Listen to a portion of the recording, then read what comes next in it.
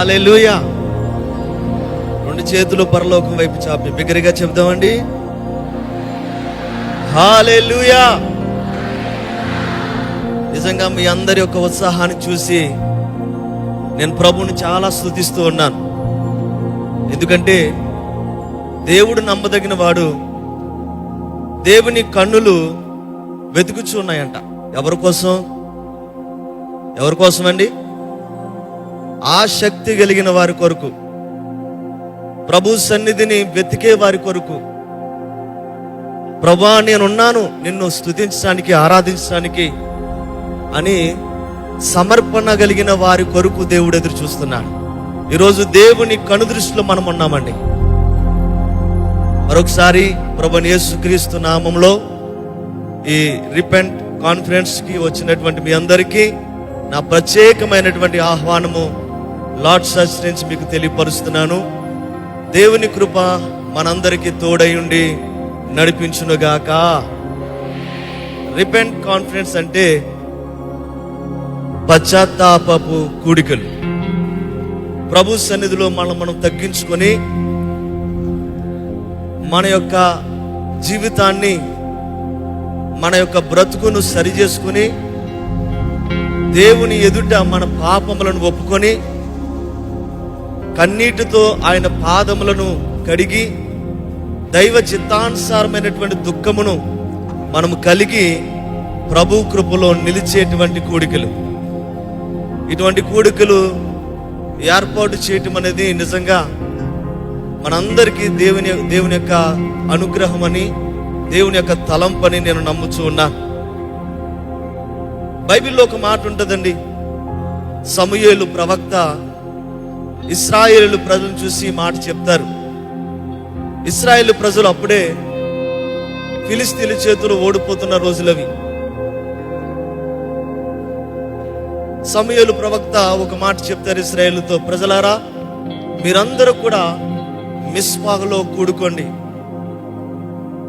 నేను మన దేవుడైనటువంటి యెహోవా నామమున మీ కొరకు ప్రార్థన చేస్తాను. ఎప్పుడైతే ఈ ప్రకటన సమూయేలు ప్రవక్త ఇశ్రాయేలుకి ఇస్తాడు అండి, అప్పుడు వారందరూనంట మిస్పాలో కూడుకొని యెహోవా సన్నిధిలో వారి యొక్క హృదయాలను కుమ్మరించుకున్నారు. బైబిల్లో రాయబడుతుంది, నీళ్లు చేది దేవుని సన్నిధిలో కుమ్మరించెను. అంతేకాదు వారందరూ కూడా ఏక మనసుతో, ఏక స్వరముతో మేమందరము పాపాత్ములమయ్యా అని చెప్పి వారు ఒప్పుకున్నట్లుగా దేవుని లేఖనాలు సెలవిస్తున్నాయి. ఎప్పుడైతే వారు తమ పాపములు ఒప్పుకున్నారో గమనించండి, దేవుని గొప్ప విజయం వారికి వచ్చిందండి. ఫిలిస్తీన్లను దేవుడు తారుమారు చేశాడు. మెండుగా ఉరుములను ఉరిపించి వారిని తారుమారు చేయగా ఇశ్రాయేలు ప్రజలకి గొప్ప జయం కలిగింది. గమనించండి, ఇశ్రాయేలు ప్రజల జీవితంలో అపజయం పోవటానికి, ఇశ్రాయేలు ప్రజల జీవితంలో ఆనాడు భయంకరమైనటువంటి ఫిలిస్తీన్లు పారిపోవటానికి కారణం ఏంటంటారు? వారు మిస్పాలో తమ పాపములు ఒప్పుకోవటం వల్ల కదా. ఈరోజు దేవుడు అదే మనకు అవకాశం ఇస్తున్నాడు. ఒకవేళ నీ జీవితంలో విజయం లేదని బాధపడుతున్నావా? నువ్వు అన్ని విషయాల్లో ఓడిపోతున్నానయ్యా, ఏంటి ప్రభు నా జీవితం అంతకంతకు దిగజారిపోతుంది, నేను ఏది సంతోషాన్ని, సమాధానాన్ని పొందుకోలేకపోతున్నాను, ఎందుకు నేను ముందుకు వెళ్ళలేకపోతున్నాను అని ఈరోజు బాధపడుతూ ఇక్కడ ఉండుండొచ్చు నీవు. కారణం ఒకవేళ పాపమేమో, తెలిసిన పాపము, తెలియక చేసిన పాపము, దేవునికి విరోధమైనటువంటి మాటలు, దేవుని సన్నిధిని తిరస్కరించినటువంటి సందర్భాలు. ఏమండి, దేవుని మాటకి లోబడకపోవటమే పాపం అండి. ఈరోజు ఒకవేళ నీ జీవితంలో విజయాన్ని దేవుడు ఇవ్వటానికి దేవుడు నిన్ను ఆయన సన్నిధిలో నిలబెట్టాడేమో. ఆనాడు ఇశ్రాయేలు ప్రజలు ఎలాగైతే తమ పాపములను ఒప్పుకున్నారో వారికి గొప్ప విజయము కలిగిందండి. ఒప్పుకోవాలండి. ఏమండి, ఈరోజు చాలా మందికి ఒప్పుకునే మనసు లేదు, దాచిపెట్టుకునే మనసు ఉంది, కప్పుకునే మనసు ఉంది. ఏమండి, ఒప్పుకోకపోతే మన జీవితాల్లో దేవుని కృపను మనం పొందలేమండి. బైబిల్లో ఒక మాట ఉంటుంది, మన పాపములను మనం ఒప్పుకొని వాటిని విడిచిపెట్టిన ఎడల దేవుని కనికరమును మనం పొందుకుంటాం. ఒకవేళ నాలో ఏ పాపము లేదండి అని ఒకవేళ మనం అనుకుంటేనంట మనలను మనము మోసపుచ్చుకుంటున్నామని లేఖనం సెలవిస్తుంది. ఏమండి, ఈ రోజున ఒకవేళ నీ జీవితంలో ఇంకా నువ్వు మోసం చేసుకునే స్థితిలో ఉంటే దానివల్ల మనకి ప్రయోజనం లేదండి. మనం ఒప్పుకోవాలి, దేవుని సన్నిధిలో మన హృదయాన్ని కుమ్మరించుకోవాలి. బైబిల్ గ్రంథంలో మనం చూస్తాం, ఎప్పుడైతే మన పాపంలో ఒప్పుకుంటామో దేవుని కనికరం మన మీదకి దిగి వస్తుందండి. ఒక గొప్ప దైవజనుడు ఉన్నాడు, ఆయన పేరు యోనా. దేవుడు అతన్ని నినివే పట్టణానికి వెళ్ళమంటే అతడు తర్షీషుకి పారిపోతూ ఉన్నాడు. వాడెక్కాడు, ప్రయాణం ముందుకు సాగుతుంది. దేవుడు ఒక భయంకరమైన విపత్తుని తీసుకొచ్చారు. ఏం జరుగుతుందో ఎవరికి అర్థం కావట్లేదు. అటువంటి సందర్భంలో చీట్లు వేసినప్పుడు యోనా పేరు వచ్చింది. ఎవరి యోనా అని చెప్పి వెతుకుతూ ఉంటే ఆయన ఎక్కడో అడుగు భాగంలో నిద్రపోతూ ఉన్నాడు. దగ్గరికి వెళ్ళి అడుగుతారు, ఆయన తట్టి లేపి, యోనా అంటే నువ్వేనా? అవునయ్యా నేనే. నీ పేరు వచ్చింది, నీ వలనే ఈ విపత్తు వచ్చిందని మాకు అర్థమవుతుంది. ఎవరు నీవు అంటే, యోనా గొప్ప దైవజనుడే. కానీ ఎంత గొప్ప దైవజనుడు అంటే దేవుని ఎదుట ఒప్పుకుంటున్నాడండి. అవునండి, నా పేరే యోనా, నా వల్లే ఈ కష్టం వచ్చింది, నా వల్లే విపత్తు వచ్చింది, కారణం నేనే దేవుని మాట వినలేదు, నేనే దేవుని మాటకి విరోధంగా జీవించాను, నేనే దేవుడు చెప్పినట్లుగా చేయలేకపోయాను, దేవుడు నన్ను వెళ్ళమన్న మార్గంలో వెళ్ళలేకపోయాను, అందుకనే నా వలనే ఈ కష్టం వచ్చింది, నా వలనే ఈ విపత్తు వచ్చింది. ఈ రోజున అటువంటి మనసు మనకు ఉందండి? ఒప్పుకునే మనసు నీకుందా? ఒకవేళ నువ్వు అనుకుంటున్నావేమో నా వల్ల ఏంటి, నేనేం చేశానని. గమనించండి దేవుని బిడ్డలారా, ఒక అలజడి మన జీవితంలో ఉందంటే, ఒక నెమ్మది లేని పరిస్థితి మన కుటుంబంలో ఉందంటే, మన జీవితాల్లో అల్లకొల్లాలము మనము ఎదుర్కొంటున్నామంటే కారణము పాపమేనండి, కారణము తిరుగుబాటు అండి, కారణము దేవునికి విరోధమైన జీవితాన్ని జీవించటం అండి. యోనా ఒప్పుకున్నాడు, అవునండి నేనే దేవుని మాట వినలేకపోతున్నా, నేనే దేవుని చెప్పినట్లుగా నడవలేకపోయాను, దేవుని మాట తిరస్కరించాను, ఇదిగో నన్ను ఎత్తి పడేయండి, మీకు సమాధానం దొరుకుతుంది. గమనించండి, ఎప్పుడైతే యోనా ఒప్పుకున్నాడో దేవుడు అతను విడిచిపెట్టాడండి? విడిచిపెట్టాడా?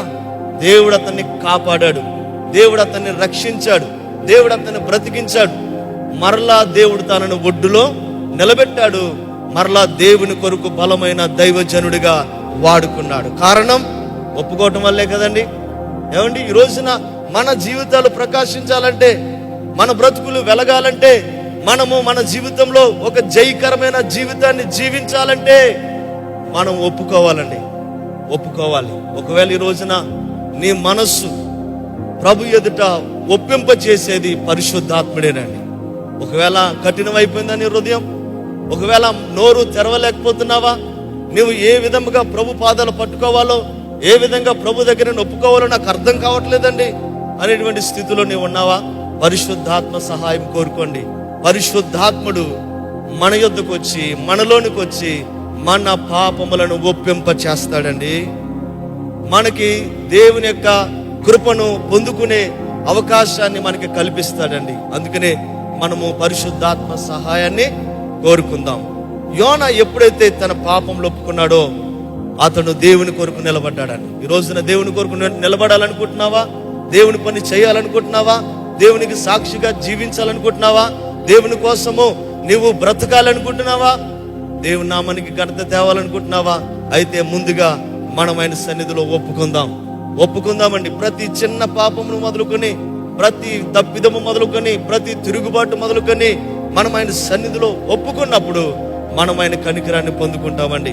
దేవుని పరిశుద్ధ గ్రంథంలో కీర్తన 32వ అధ్యాయము 5వ వచనంలో రాయబడింది, నా దోషమును కప్పుకొనక నీ ఎదుట నా పాపము ఒప్పుకుంటుని, యెహోవా సన్నిధిని నా అతిక్రమములను ఒప్పుకుందును అనుకుంటుని, నీవు నా పాపమును పరిహరించి ఉన్నావు. ఎప్పుడైతే మనం ఒప్పుకోవాలి అనే మనస్సు ఆలోచన మనకు వస్తుందనండి, దేవుడే మనల్ని పరిహరిస్తారంట. ఈరోజు మనకు ఉండవలసింది ఏంటంటే, అవును ప్రభా నేను ఒప్పుకుంటానయ్యా, నిజమైన ప్రభా, అవును అనే మనసు మనకు ఉండాలి. అవుననే మనసు మనకు ఉండాలి. ఏమంటే ఈరోజు చాలా మంది ఏమి ఎరగనన్నట్టుగా మేమేదో నీతిమంతులం అన్నట్టుగా ఉంటే దానివల్ల మనకు ప్రయోజనము లేదండి. యేసుక్రీస్తు ప్రభు ఒక ఉపమానం చెప్పారు. ఏంటి ఆ ఉపమానము? తామే నీతిమంతులమని అనుకున్నట్టున్నటువంటి వారి కొరకు ఒక ఉపమానం చెప్పాడు. ఏంటి ఆ ఉపమానం అండి? పరిసయుడు, సుంకరి. పరిసయుడు ప్రార్థన చేశాడు, ప్రభా, నేను ఏ పాపము చేయట్లేదు, నేను ఏ తప్పుదేమో చేయట్లేదు, నేను మంచోడిని, నేను మంచిదాన్ని, నీ సన్నిధికి వస్తున్నాను, వెళ్తున్నాను, కానుకిస్తున్నాను, అర్పణ చెల్లిస్తున్నాను, ఉపవాసం ఉంటున్నాను అని చెప్పి నేను దొంగని కాదు అన్నాడు, వ్యభిచారిని కాదు అన్నాడు. ఏమండి ఈ రోజున ఒకవేళ నువ్వు అనుకుంటున్నావేమో, నేనేం పాపం చేశాను, నేను దొంగదాన్ని చేయలేదు కదా, నేను వ్యభిచారం చేయలేదు కదా, నేను హంతకుణ్ణి కాదు కదా. గమనించండి, అహంకారము, గర్వము, లెక్కలేనితనము, ఏమండి అదొక పాపం అండి. ఇతరులను క్షమించలేకపోవటం ఒక పాపం అండి.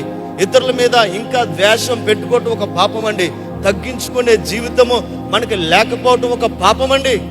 మనం ఎంత భక్తి చేసినా యేసుక్రీస్తు మనసు మనకి లేకపోతే మనలో పాపం ఉన్నట్లే.